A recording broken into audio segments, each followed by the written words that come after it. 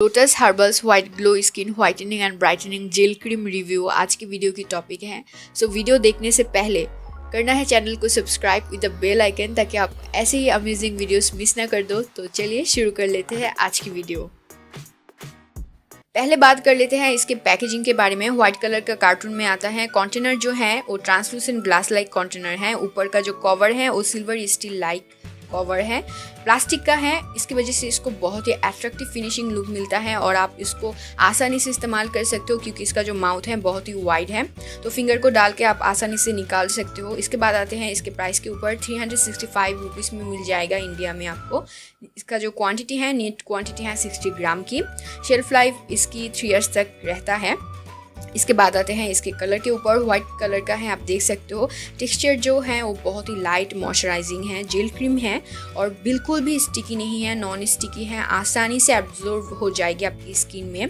आप और इसका जो स्मेल है बहुत ही प्लेजेंट स्मेल है, तो कोई भी दिक्कत नहीं होगा इसको इस्तेमाल करने के समय आपको।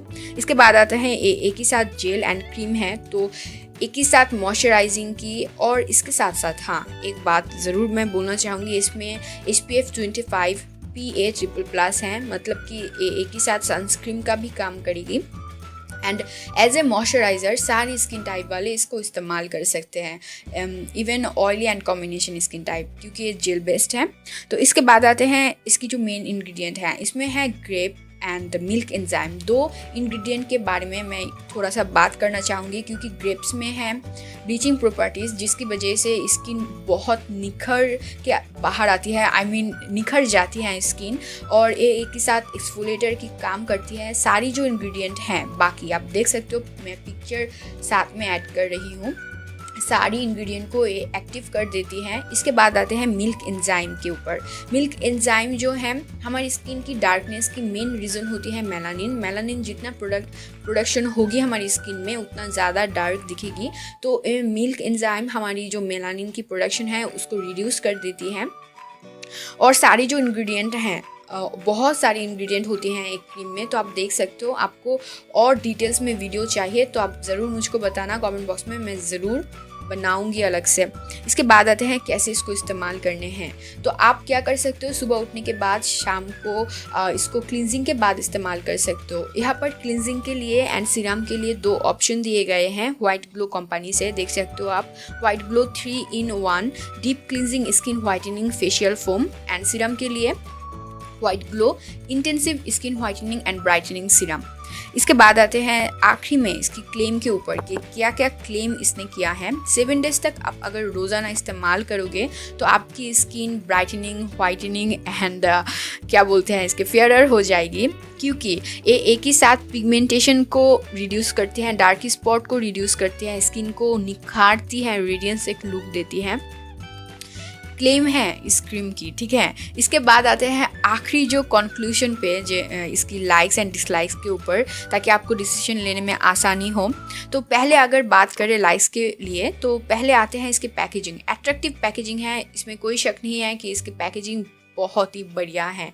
सबसे अच्छा इसकी पैकेजिंग ही मुझे लगी।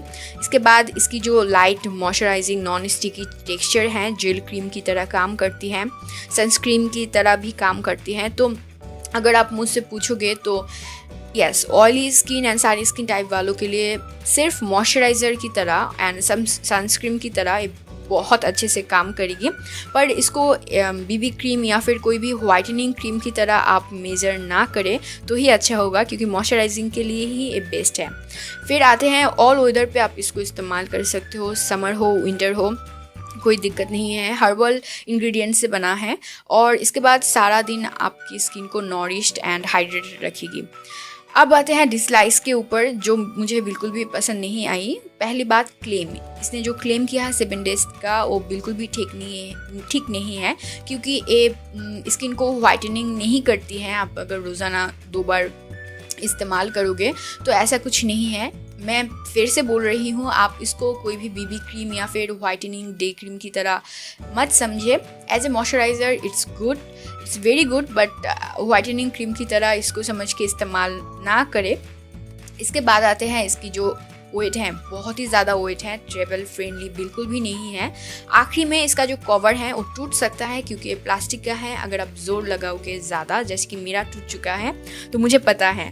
तो ये थी मेरी आज की वीडियो, उम्मीद करती हूँ आपको पसंद आई है। और भी कुछ क्वेश्चन हो इससे रिलेटेड या फिर आपको कुछ ज़्यादा मालूम है, आपने कुछ एक्सपीरियंस किया है, तो बेझिझक कमेंट बॉक्स पे आपकी सारी बातें शेयर कीजिए हमारे साथ, तो कि सबको पता चले।